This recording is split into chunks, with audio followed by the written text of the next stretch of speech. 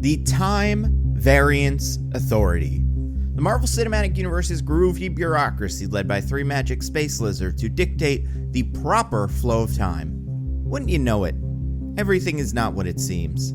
Something fishy is going on at the TVA. Spoilers up to and including episode 4 of Loki. The Minutemen are actually variants. The magic space lizards are actually puppets. Which leads us to a question. If the space lizards are not in charge, who is? Well, I've scoured comics, I've looked through all the data, and I've come to the conclusion that it is...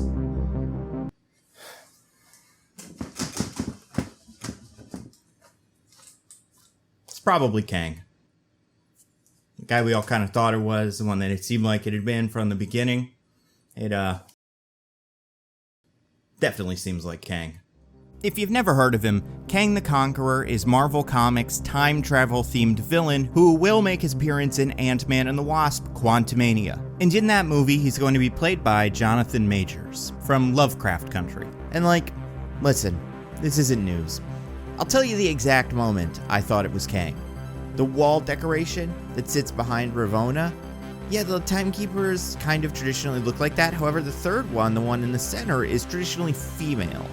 Even in the video the TVA shows us, two of the timekeepers look like they're statues, but the third one does not. And this face is split into 3 sections, kind of like columns. And it seems like a design choice to spice up the evil faces, but also, Kang's face is split into thirds in the same way. It's literally on the nose. And there are plenty of other clues. Ravonna Renslayer is Kang's girlfriend in the comics. The TVA may exist in Chronopolis, a city ruled by Kang. And he's the time travel guy. I cannot stress this enough. Kang is like Two-Face in that if you go to a crime scene and you see a bunch of coins, or the crime scene is at the Second National Bank of Gotham, you know it's a Two-Face thing. If it looks like a duck and quacks like a duck, it's probably a duck. And the TVA's motto, for all time, always, is the dictionary definition of the word forever.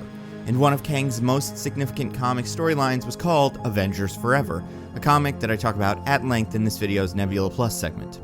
Now, it is likely that this version of Kang is not Kang Prime. And yeah, Kang, like all time travelers in the Marvel Universe, creates branching timelines, and with them, comic Kang variants. So frequently in the comics, Kangs are running into one another, fighting, they even formed a club. And one of the Kangs calls himself Immortus. He works with the Timekeepers to protect the sacred timeline, usually trying to prevent something. Maybe a world where the Avengers turn evil. Maybe a world where a younger Kang takes over. But Immortus is Kang, and he's almost certainly in charge here. In fact, I would not be shocked if the next episode starts with Old Man Loki explaining everything to OG Loki. They call him Immortus. He's the ever-living god of time who created the TVA to protect the sacred timeline. Well, why not just say that? Why bother with making up the timekeepers? Because Immortus goes by many names. Rama Tut, the Crimson Centaurian, Kang the Conqueror. He's traveled all throughout time, and if one of the Minutemen ran into Immortus in the field, they would spot their boss and the proverbial jig would be up. But okay, so those are some guesses. Fast forward. How does Loki end? I'm guessing the Council of Lokis takes down the TVA and Immortus is defeated. Then the sacred timeline is destroyed and whatever Immortus was trying to prevent can now happen. Is this a bad thing? Maybe. I'm betting it gives Kang the Conqueror, young Immortus, an opportunity to take over. But anyway, this has been said before in solid videos like Screen Crush, I learned after writing this part of the video. The real purpose of my video, yeah, it's Kang. So let's talk about what that means. Because guys, Kang is awesome. Get excited. He could be another Thanos, but different. And I'm going to talk about the 3 reasons why I am very excited for Kang. Starting with Kang's attitude. Like, okay, you know how Thanos seemed to enjoy fighting the Avengers? As much as he wanted it to seem like he was a dispassionate snap machine, Thanos did like it. He said he enjoyed it. And I think Thanos kinda hid behind the 50% of the universe thing, so he didn't have to be honest with himself. He liked the fight. It made him happy. Kang just loves conquering. He He grew up as Nathaniel Richards in a time with little adversity. Science had solved all problems, so Nathaniel decided to take a trip back to the ancient Egyptian times to see what it was like to live in a time with struggle. When he got to ancient Egypt, Nathaniel was treated like a god, and he took on the identity of Ramatut, and he loved it. Ruling, conquering. Then Nathaniel accidentally time jumped forward to the 40th century, and the Earth had been ravaged by war. That is when Nathaniel Richards decided to go by Kang the Conqueror and made it his mission to take over this Earth. There's something fun about a villain who really enjoys doing a bad thing. Not reluctantly trying to accomplish a goal, a force of nature who does what he does because that's what he wants to do.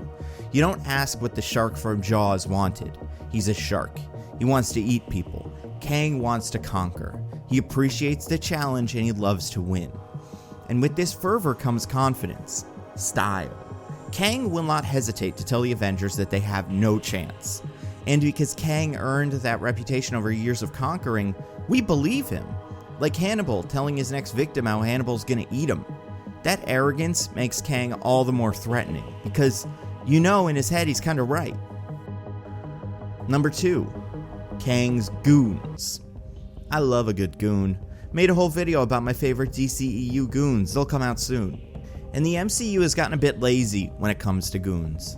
Thanos is this universal warlord, and all of his goons are either Chitauri soldiers or space dogs. Why doesn't Thanos have an army of soldiers from all over the galaxy, with different armor and weapons? It would make Thanos seem like a more daunting villain. Look at how many civilizations Thanos has already destroyed. What chance do we have? And most of the MCU goons are either identical aliens, drones, or soldiers. But Kang has a massive army made up of all of the different civilizations he's conquered, so his goons should be diverse visually and technologically. On top of that, Kang can pull different allies from different times and control them. He can open a portal and hundreds of Spartans or cowboys or knights or robots will pour out to fight by his side. And on top of that, Kang could hypothetically make an army out of dead villains. Kang could recruit characters like Ronan, Ultron, Killmonger, Hela, or any other villain that died in their first appearance. In the comics, Kang has assembled teams like the Chrono Corps and the Legion of the Unliving to help him crush the Avengers both physically and emotionally. And number 3, Kang is the missing young Avenger. I guess technically Kang and Hulkling, but Hulkling has a perfect entry point in Secret Invasion. But in the comics, Kang is responsible for creating the Young Avengers. You see, one day a bully tried to cut Nathaniel Richards' throat, but the bully was stopped by a time-traveling version of Kang. This Kang showed Nathaniel what he would become, and Nathaniel wanted nothing to do with it. So he traveled back to the 21st century to get a lesson in not being a supervillain from Earth's mightiest heroes. But when he got there, Nathaniel found only a broken vision. So Nathaniel fixed the vision and discovered a failsafe program, should the Avengers ever disband. The program was called the Young Avengers. So Nathaniel took up the identity of Iron Lad and recruited the other heroes like Hulkling, Patriot, Stature, and Wiccan, who at that time was going by Asgardian. Future members included Kate Bishop, America Chavez, Kid Loki, Prodigy, Speed, and Marvel Boy.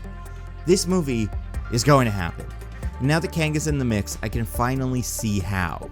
A mysterious kid will appear and form the team, maybe because he knows about them from the future, and that kid will be revealed to be a version of Kang.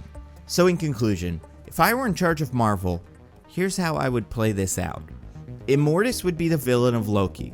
Knowing the error of his ways, Immortus is trying to create a timeline where his past self never becomes Kang the Conqueror. Part of his quest involves using the TVA to kill millions of people, and at the end of the first season, Loki stops Immortus. With Immortus no longer controlling the timeline, Kang is able to begin his conquest. He makes his first true appearance as Kang the Conqueror in Ant-Man and the Wasp: Quantumania, as he tries to take over Chronopolis, the city in the quantum realm. He loses and retreats to another time for a bit. Then Iron Lad shows up and forms the Young Avengers, where they fight someone else like Mother or Mr. Hyde. Then Kang returns as the big bad in the next Avengers movie, which is loosely based on Avengers Forever, in which Kang takes over most of the multiverse and the Avengers are forced to defend Earth from Kang's armies, as well as alternate versions of themselves. So yeah, get excited for Kang, because this character is full of potential. We'll find out if Kang is in charge of the TVA soon enough, but even if he isn't, even if he does not have anything to do with Loki, I cannot wait for Kang to start conquering.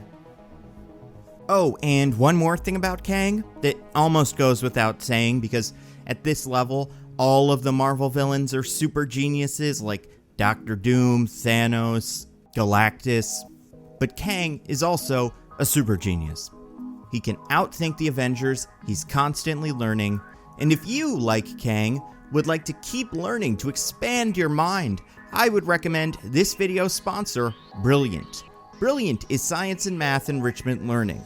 On Brilliant, you take part in short, challenging lessons on whatever topics you want. And it isn't only super technical things like geometry or programming, although those are both there. I, for example, took courses on logic and search engines. What I love about Brilliant is either you ace the lesson, in which case you feel awesome, or Brilliant walks you through the correct answer so you learn the way to solve the problems and learn the concepts. And to support this channel and learn more about Brilliant, go to brilliant.org/NandoVmovies and sign up for free. And the first 200 people who go to that link will get 20% off their annual premium subscriptions. Go check them out. As always, I want to give a humongous thank you to everyone who continues to support the channel on Patreon. You guys are amazing. If you want to see your name up here, get access to videos early, other cool stuff, throw in literally any amount of money, patreon.com/NandoVmovies. Love to promote the Patreon book club. We have a really fun one this month. We're doing DC Meets the Looney Tunes, which is a series that came out a couple of years ago. We're doing that in advance of Space Jam. So if you want to join, $15 a month, and it's all at patreon.com/NandoVmovies. Also, if you subscribe to Nebula, go check this video out there too, because there is an extra 7 minutes of me talking about the Avengers Forever comic, because it's super weird and it was not relevant to this video at all, but I want to talk about how horny Yellow Jacket is in that comic, because it is incredible, too hot to handle. Just, it's insane. So that is on Nebula, and if you're not subscribed to Nebula, curiositystream.com/Nando, that's where you do that. Also, listen to my podcast, Mostly Nitpicking, where every week, me and my friends DJ and Diggins pick apart a piece of pop culture by looking exclusively at the details. Very excited for Black Widow, very excited for Space Jam. We're also going to do Spy Kids 3D, because that was one from someone that won a thing, and they chose that, and you know what? I'm excited. I haven't seen it in forever. Maybe it's good. I don't know. You can find us wherever you listen to your podcasts. We are at NitPickingPod on Twitter. Last thing, follow me on Twitter, Instagram, Twitch, TikTok. I am NandoVmovies on all of those platforms. That's all I got. Stay safe, and I'll see you next time. Did that work? I don't know if it worked. We're gonna stick with it anyway.